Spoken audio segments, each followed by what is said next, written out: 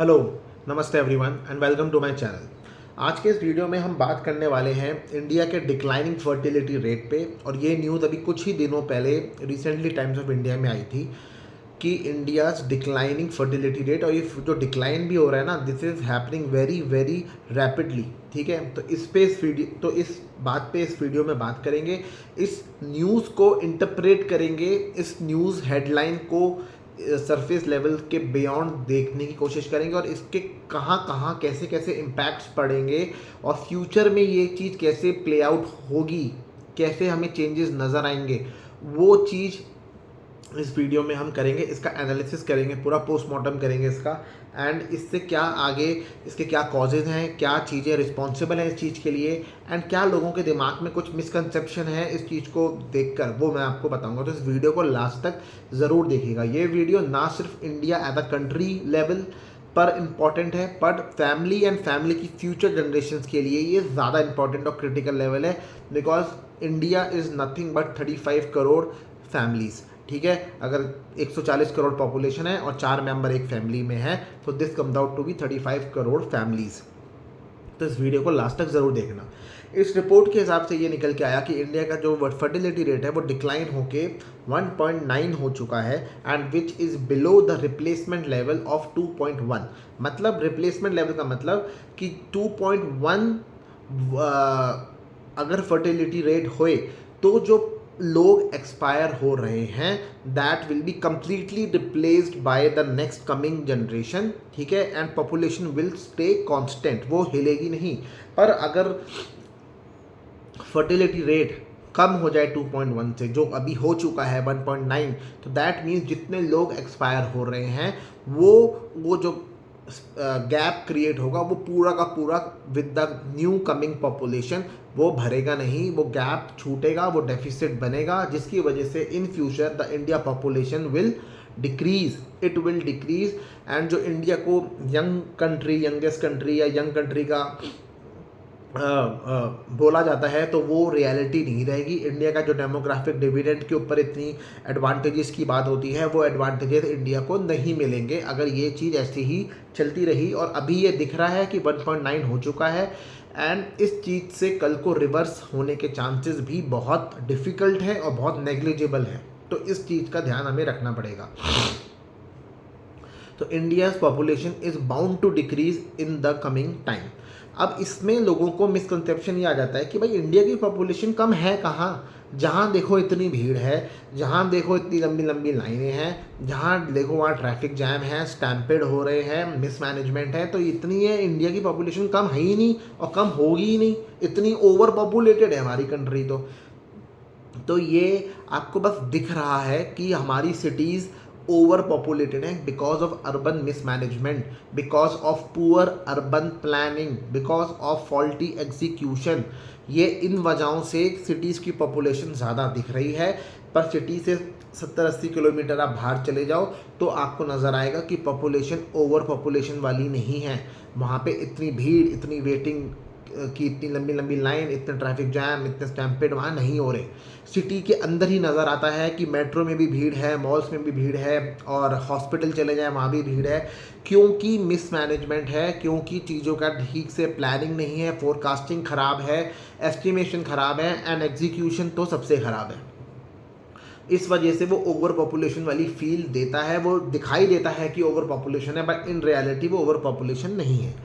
दूसरा, जो मैं नंबर्स की बात करूं तो इसमें क्या है, जो टोटल चाइल्ड बर्थ पर 1000 वुमेन ऑफ द एज 15 से 19 ईयर्स, वो डिक्लाइन इतनी हो गई है कि फ्रॉम 140 टू ऑलमोस्ट ज़ीरो वो पहुंच चुकी है आज की डेट में। 15 से 19 साल की 1000 वुमेन का अगर हम लें तो उसमें child birth have decrease from 140 से ज़ीरो। अब इसके क्या रीज़न हैं वो आगे बात करेंगे। एंड अगर हम एज ब्रैकेट 20 से 24 साल का लें तो there the child birth have decrease from 250 से 150। तो ये इतनी चाइल्ड बर्थ का डिक्रीज़ हो रहा है, इतना ड्रास्टिकली डिक्रीज़ हो रहा है। तो बेसिकली इसके क्या कॉजेज़ हैं, और वो भी इस सर्वे में ही बताया कि क्या मेजर हर्डल्स हैं जो दिखता है लोगों को। And most of the Indians इसमें ये भी आया कि most of the Indians they want to have kids, ऐसा नहीं है कि they do not want to have kids, they want to have kids but they see some major hurdles जो रास्ते में आती हैं चाइल्ड बर्थ से होने से पहले जो रास्ते में आती है, जिसकी वजह से चाइल्ड बर्थ इतनी कम होती जा रही है। तो वो हर्डल जो बताई गई, वो सबसे पहली हर्डल तो ये बताई गई कि फाइनेंशियल लिमिटेशंस बहुत ज़्यादा है। फाइनेंशियल लिमिटेशंस की वजह से जो कपल है वो बच्चे को as a expense, as a liability, as a source of burden treat कर रहा है, जिसकी वजह से उसकी जो हाई स्कूल फीस का खतरा है, जो उसकी हाई मेडिकल एक्सपेंसेस का खतरा है, और दूसरे जो इंसिडेंटल एक्सपेंसेस हैं जो ज़्यादा हैं, उसकी वजह से जो कपल है वो बच्चा पैदा करना नहीं चाह रहा। दूसरा, अनएम्प्लॉयमेंट, जॉब इनसिक्योरिटी, जॉब का कुछ पता नहीं है, जॉब मार्केट का बुरा हाल है, अनएम्प्लॉयमेंट बहुत ज़्यादा है, हायर आज होते हैं कल फायर हो जाते हैं, तो अनसर्टेनिटी पीक लेवल पे है, जिसकी वजह से एक स्टेबल फाइनेंशियल फ्यूचर का पता नहीं, जिसकी वजह से कपल इस एडिशनल रिस्पॉन्सिबिलिटी को लेना नहीं चाहते। थर्ड, हाउसिंग प्रॉब्लम इतनी मेजर है कि लोगों के पास खुद का घर नहीं है, मकान नहीं है, एंड क्योंकि वो फाइनेंशियली उनका फ्यूचर उनको वाइबल नहीं लगता या सर्टन नहीं लगता, तो वो हाउसिंग के लिए लोन लेके भी किसी एडिशनल फाइनेंशियल बर्डन में अपने आप को डालना नहीं चाहते। इन 3 कॉजेज़ के अलावा जो दूसरे नरेटिव्स ऐसे कई सारे बनाए गए हैं जिसकी वजह से इम्पैक्ट पड़ रहा है डिक्लाइनिंग इस फर्टिलिटी रेट पे, और वो पहला सबसे बड़ा उसमें नरेटिव है एक्सेसिव फेमिनिज्म का जो नरेटिव है वो। इस फेमिनिज्म के नरेटिव की वजह से ही बच्चा पैदा करना फीमेल को एक इस ढंग से बताया जाता है कि ये कितना जैसे ख़राब काम है करने वाला, कितनी बैड लाइट में इसको पोर्ट्रे करा जाता है कि बच्चा पैदा करना, कि फीमेल भी ये फीमेल का ऐसा समझना कि क्या मैं बच्चा पैदा करने वाली मशीन हूँ। तो यही पहला इसका इम्पैक्ट है कि फीमेल्स इस चीज़ को इतना ख़राब समझने लगी हैं कि वो अपने आप को क्वेश्चन ऐसे करती हैं कि क्या मैं बच्चा पैदा करने की ही मशीन हूँ। तो मैम आंसर ये है कि यस, आप बच्चा पैदा करने की ही मशीन हो, ये रियलिटी है। भगवान ने आपको चूज़ किया अर्थ पे लाइफ को कंटिन्यू रखने के लिए। You are fortunate, you are blessed कि आपको ये अपॉर्चुनिटी आपको दी गई, मेल्स को नहीं दी गई। तो आप बच्चा पैदा करने की मशीन हो, और जो मेल्स हैं वो एटीएम मशीन है, उस बच्चे के आगे लाइफ को बढ़ाने के लिए, सस्टेन कराने की मशीन है। तो मेल्स पैसा देने की मशीन है, एटीएम मशीन है, एंड आप बच्चा पैदा करने की मशीन हो। ये बहुत क्लियर है, और इसमें आपको अपने आप को डिग्रेड नहीं करना है, ये आपके लिए बहुत फॉर्चुनेट बात है। दूसरा, मैरिजेस लेट हो रही हैं, टाइम पे नहीं हो रही हैं, जिसकी वजह से मैरिज लेट होती हैं, तो उसके बाद वो हनीमून पीरियड और लेट होता है, फिर लोग बच्चे के बारे में और लेट सोचते हैं। इतना कुछ लेट होने की वजह से जो नेचुरल बच्चा पैदा करने की जो एक विंडो होती है वो क्रॉस हो जाती है, जिसकी वजह से फिर कॉम्प्लिकेशंस आती हैं, लोग आईवीएफ के प्रोसीजर्स की तरफ बढ़ते हैं, एंड नेचुरली वो चीज़ होने में डिफ़िकल्टी होती है। तीसरा, फीमेल्स की बॉडी इतनी करप्ट हो चुकी होती है इस टाइम तक, excessive intake of alcohol, cigarettes, and मतलब मल्टीपल पार्टनर्स के साथ वो एंगेज होती हैं, हाई बॉडी काउंट होता है, माई बॉडी माई लाइफ वाला फंडा होता है। इन सब वजहों से मतलब आगे चल के फर्टिलिटी पे असर पड़ता है। एंड जो ये सब हो क्यों रहा है, ये सब हो रहा है to be equal with the males, male के संग इक्वालिटी करने की जो ये पागलपन है, जो ये एक ब्लाइंड रेस है, इसमें जो फीमेल्स पड़ी हुई हैं, दे डू नॉट अंडरस्टैंड, या उनको ये पहलू नहीं दिखाया जाता कि females are already superior to males. अगर वो उनसे इक्वल करना चाहेंगी तो they have to lower their level. ये चीज़ उनको नहीं दिखाई जाती, उनको बस ये दिखाया जाता है कि मेल से कम्पीट करना है। तो इसकी वजह से आप भी मल्टीपल पार्टनर्स के साथ एंगेज करो, अल्कोहल कंज्यूम करो, सिगरेट्स कंज्यूम करो, एंड मेल्स के साथ आप ऐसे करके कम्पीट करो। अब मेल्स वाले सारे काम आप कर सकती हो, पर मेल्स भी सारे काम आप वाले कर सकते हैं, पर बच्चे पैदा करना ही एक ऐसा काम है जो सिर्फ आप ही कर सकती हो, और इसके लिए आप अपने आप को डिग्रेड करती हो ये बोल के कि क्या मैं बच्चा पैदा करने वाली मशीन हूँ। और इस नैरेटिव को ग्लोरीफाई बार बार करा जाता है, और इम्पैक्ट इसका ये पड़ रहा है कि फर्टिलिटी रेट डिक्लाइन हो रहा है कंट्री का। मेल्स के केस में प्रॉब्लम यहाँ आती है कि मेल्स को शादी करने से ही डर लगने लगा है, क्योंकि जिस टाइप के केसेस इन दिनों मीडिया में हाईलाइट होकर दिखाए जाते हैं, ये रघुवंशी वाला केस, ब्लू ड्रम मेरठ वाला केस, ये केसेस नंबर ऑफ जो भी प्रॉब्लम्स हैं, जितनी फीमेल्स द्वारा केसेस होते हैं, उसमें कितने कम केसेस ऐसे होते हैं जहाँ पे इस टाइप की घटनाएं होती हैं। पर ये मीडिया में इतना चलाया जाता है, इतना इसका ग्लोरीफाई करा जाता है कि ये ऐसा लगता है कि हर फीमेल ही जैसे ख़राब है, शादी इंसान करता ही मरने के लिए है। तो मेल्स को फर्स्ट ऑफ ऑल डर लग रहा है शादी से।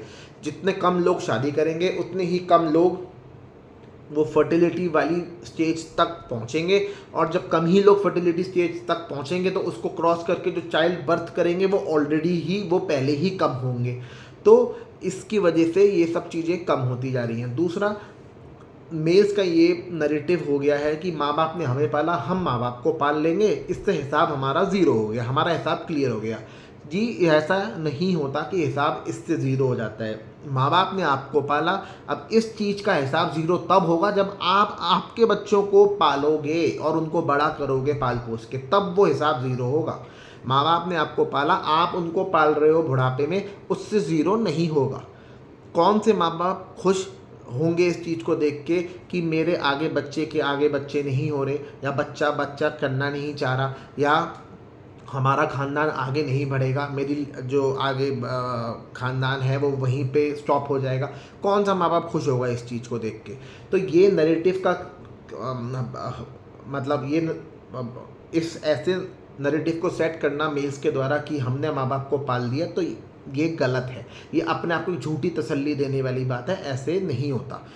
तो ये सब चीज़ों का होना एक साथ, इसमें गवर्नमेंट का कहीं ना कहीं फेलियर आता है, क्योंकि ये वो सारे पेन पॉइंट हैं जो मिडिल क्लास जिससे सफ़र करती है, एंड गवर्नमेंट इस चीज़ को सक्सेसफुली एड्रेस करने में असफल रही है, सक्सेसफुल नहीं रही है। ये बहुत बड़ा फेलियर है, जिसकी वजह से मिडिल क्लास आज भी इन पेन पॉइंट्स की वजह से आगे अपनी फैमिलीज़ को बढ़ाना नहीं चाहती। इसमें होना ये चाहिए कि इन सब वजहों से बच्चों को जो आप बर्डन की तरह समझते हो, लाइबिलिटी की तरह समझते हो, you should treat your kids as your assets. उनको देख के आपको खुशी मिलनी चाहिए, सेटिस्फैक्शन मिलना चाहिए, आपके मन को तसल्ली मिलनी चाहिए। बच्चे वो सोर्स हैं जॉय का, ठीक है? बच्चों को एसेट्स मानो। जो 90 50 60s वाली जनरेशन है, जिन्होंने कभी अपने बच्चों को एसेट्स नहीं माना, आज वो ही बच्चे हैं जो कपल्स हैं और वो अपने बच्चों को एसेट्स नहीं मान पाते, बिकॉज उनको खुद एसेट नहीं माना गया कभी जब वो बच्चे थे। तो ये बहुत बड़ा गैप है, इसको ख़त्म होना चाहिए। And treat your children as your assets. जब वो आप बुढ़े हो जाओगे, आपके बच्चे जवान हो जाएंगे, तो कहीं ना कहीं आपके बच्चों में ही आपको आपकी रिफ्लेक्शन दिखाई देगी, ठीक है? तो उस चीज़ को, उस एहसास को आप आज विजुअलाइज करो और बच्चों को ये देखो, जब बच्चा वो स्टेप बाय स्टेप छोटी छोटी प्रोग्रेस करके बढ़ता है, करता है अपने आप को। पहले उसकी हाइट इतनी होती है, फिर वो इतने पे आता है, फिर वो इतने पे आता है, तो वो आपको रियल ग्रोथ होती दिखती है उस टाइम। आपको कहीं और ऐसी रियल ग्रोथ होती नज़र नहीं आएगी, इतनी टेंजिबल ग्रोथ होती हुई नज़र नहीं आएगी। ना आपको आपके ऑफिस लाइफ में नज़र आएगी, ना आपको अपनी फाइनेंशियल इन्वेस्टमेंट्स में नज़र आएगी। ये आपके बच्चे ही हैं जो आपको ये चीज़ एक्सपीरियंस करवाते हैं, ये खुशी आपको दे पाते हैं। तो बच्चों को देखने का ये माइंडसेट है ना, इसको बदलो और बच्चों को start looking at your kids like they are assets to you, and they in fact are assets, ठीक है? उनको लाइबिलिटी समझना बहुत बड़ी मिस्टेक है, ठीक? उसके बाद ये जो फर्टिलिटी रेट का डिक्लाइन होना इतना विजिबल हो गया है इन दिनों, और ये कहाँ से विजिबल हो गया है, इसको अगर आप थोड़ा सा ऑब्जर्व करने की कोशिश करो ध्यान से अपने चारों तरफ, तो IVF सेंटर्स इतने ज़्यादा खुल रहे हैं, इतने ज़्यादा वाइड स्प्रेड हो गए हैं। आए दिन कोई ना कोई IVF सेंटर हमारे अगल बगल खुलता है, and this shows that Indian couples का फर्टिलिटी रेट बहुत तेज़ी से रिड्यूस हो रहा है। तो बिकॉज अगर ये नहीं होता रिड्यूस, तो नेचुरल जो तरीका है उससे ही बच्चे हो जाते, IVF सेंटर्स की इतनी ज़रूरत ही नहीं पड़ती। IVF सेंटर्स की ज़रूरत ही तब पड़ी जब कपल्स लेट शादी कर रहे हैं और उससे भी लेट वो सोच रहे हैं बच्चा पैदा करने का। तब तक जो कपल्स हैं, जो फीमेल्स हैं, उनका बॉडी वेट बढ़ चुका है, वो बेडॉल हो चुकी हैं, and chances of conceiving in the first place by natural procedure वो बहुत घट चुका है। इसी वजह से ये चीज़ अब एक लैब में हो रही है, जहाँ पे बड़े मैकेनाइज फॉर्म में एक साइंस के एक्सपेरिमेंट की तरह ये चीज़ होती है एंड चाइल्ड बर्थ होता है। तो जितना दूर हम नेचुरल वे से होते जा रहे हैं, पहले नेचुरल वे ही कॉमन तरीका हुआ करता था, 100 में से 80-85 बच्चे नेचुरल वे से डिलीवर या बर्थ लिया करते थे। अब वो घटते घटते घटते घटते आज की डेट में सिजेरियन डिलीवरीज इतनी कॉमन हो गई हैं कि 100 में से 80-85 डिलीवरी सिजेरियन हो रही हैं। आजकल जहाँ देखो जिसके भी बच्चे पैदा हो रहे हैं, सिजेरियन डिलीवरी से ज़्यादातर बच्चे पैदा हो रहे हैं। कुछ टाइम में लोगों को दिमाग से, जो आज की जनरेशन के लोग हैं ना, ये धीरे धीरे लोग भूल ही जाएंगे कि नेचुरल चाइल्ड बर्थ भी कोई तरीका होती थी पहले जिससे चाइल्ड बर्थ की हुआ करती थी। हिस्ट्री बन जाएगी ये। And IVF is soon becoming the new normal. जैसे जैसे कॉम्प्लिकेशंस और बढ़ती जा रही है एंड लोग खर्चा करना इस चीज़ पे, मतलब लोगों को खर्चा करने में कोई दिक्कत नहीं आ रही है, तो ये चीज़ इतनी वाइड स्प्रेड होती जा रही है कि IVF सेंटर्स हमारे अगल बगल इतने खुलते जा रहे हैं। हमारा हाईली स्ट्रेसफुल जो डेली रूटीन हो चुका है, वर्क लाइफ बैलेंस जो ज़ीरो हो चुका है, उसकी वजह से जो हमारी हैबिट्स, हमारी लाइफस्टाइल बदल चुकी है, ये कहीं ना कहीं इन टोटलिटी इन सब का इम्पैक्ट ये पड़ रहा है कि हमारी बॉडी की जो फर्टिलिटी लेवल है, जो रिप्रोडक्शन करने के लिए जो कैपेबिलिटी हमारी बॉडी की, वो कहीं ना कहीं ख़त्म होती जा रही है। स्लोली एंड स्टेडली वो डिक्लाइन हो रही है, जिससे ओवरऑल कंट्री लेवल पे हमारा फर्टिलिटी रेट गिर रहा है। तो ये बहुत बड़ा एक मेजर साइन ऑफ वरी है, कंसर्न है हमारी कंट्री के लीडर्स के लिए, कि जो इस चीज़ को एड्रेस नहीं कर पा रहे, कॉन्स्टेंटली वो फेल हो रहे हैं इस प्रॉब्लम को एड्रेस करने में, इस प्रॉब्लम को समझने में। एंड क्योंकि ये चीज़ बोलने में बहुत ही ज़्यादा, इतनी ज़्यादा पॉलिटिकली रिवॉर्डिंग नहीं होगी कि भाई हमारी कंट्री में ये समस्या आ रही है और ये प्रॉब्लम आ रही है, हमारी कंट्री बस विश्व गुरु बन रही है, ये गुरु बन रही है। विश्व गुरु भाई, हाउ लॉन्ग विश्व गुरु कंटिन्यू रह पाएगा जब उसके आने वाले ही लोग नहीं होंगे? कितने लंबे समय तक जो धर्म है वो रक्षा, वो प्रोटेक्टेड रह पाएगा जो उस धर्म को फॉलो करने वाले ही लोग नहीं होंगे? तो बात की जाती है धर्म पर और विश्व गुरु पर वो चीज़ कंटिन्यू कैसे रहेगी जब आपकी कंट्री में पॉपुलेशन ही नहीं बचेगी? सदर्न स्टेट्स जो हैं, जहाँ पे जो ज़्यादा टेक्नोलॉजी मतलब फास्ट ग्रोइंग इकोनॉमीज है हमारे देश की, तमिलनाडु, कर्नाटका, केरला जैसी स्टेट जो हैं, वो वहाँ पर तो ये fertility rate average country rate से भी कम है, 1.6 के आसपास है, जबकि कंट्री का एवरेज है 1.9। दो स्टेट्स हैं इंडिया की जिन्होंने इस रेट को संभाला हुआ है, वो हैं यूपी एंड बिहार। वहाँ पे fertility rate comparison to country की एवरेज ज़्यादा है, अराउंड 2.4 2.5 के आसपास है। वहाँ के लोग आज भी 4-4 5-5 बच्चे कर रहे हैं। तो कहीं ना कहीं इस पे इम्पैक्ट हो रहा है देश की urban middle class. Urban middle class धीरे धीरे श्रिंक होती जा रही है, श्रिंक होती जा रही है, श्रिंक होती जा रही है, और एक दिन वो ख़त्म हो जाएगी, वो गायब हो जाएगी। क्योंकि जो गरीब क्लास है ना, वो इस चीज़ को सोचते ही नहीं है। उनके हिसाब से दिस इज़ नेचुरल, मतलब ये चीज़ तो होनी है, इसके बारे में सोचा नहीं जाता कि बच्चा करना है कि नहीं करना है। शादी हो गई तो बच्चे भी हो जाते हैं, बच्चे भी होंगे, ये नेचुरल है, ठीक है, उसमें कुछ सोचा विचार ही नहीं होती। एंड जो अमीर हैं वो, उनका सब कुछ सॉर्ट आउट है, उनका पहले से ही, वो भी बच्चे खूब कर रहे हैं एंड उसका भी चीज़ें सॉर्ट आउट है, 3-3 बच्चे उनके भी हो रहे हैं।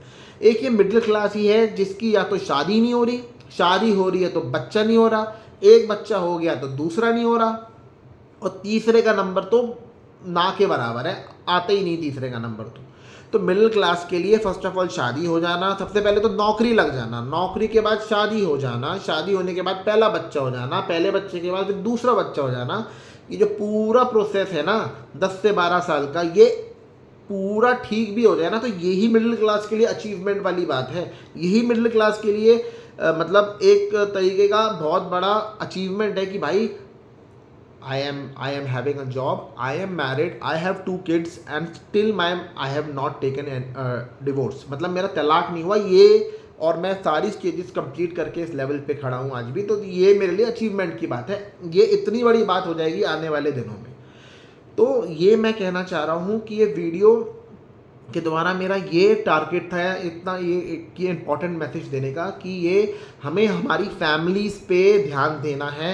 हमारे जो हमारी फैमिलीज़ के सीनियर्स हैं, अगर वो इस वीडियो को देख रहे हैं, तो उनको इस चीज़ का ध्यान देना है कि अपनी फैमिलीज़ की जो यंगर जनरेशन है, उनकी टाइम से शादी होनी चाहिए, टाइम से उनके बच्चे हो पाएँ, ऐसा सपोर्ट आप लोगों की तरफ से होना चाहिए कि वो बच्चों को करने में जो हर्डल्स फ़ील कर रहे हैं, जो दिक्कतें फ़ील कर रहे हैं, आप उनको मिनिमाइज़ करने की कोशिश करो, उनको सपोर्ट करो, उनको एनकरेज करो कि वो टाइम से बच्चा करें एंड एक हो जाए तो एक और करें, मतलब कम से कम 2 बच्चे ज़रूर करें। ये पॉलिटिकल लीडर्स का बोल देना कि भाई 3 बच्चे कर लो, 3 बच्चे कर लो, भाई 3 बच्चे कोई कैसे कर ले आज की डेट में, आज के सर्कमस्टांसेस में?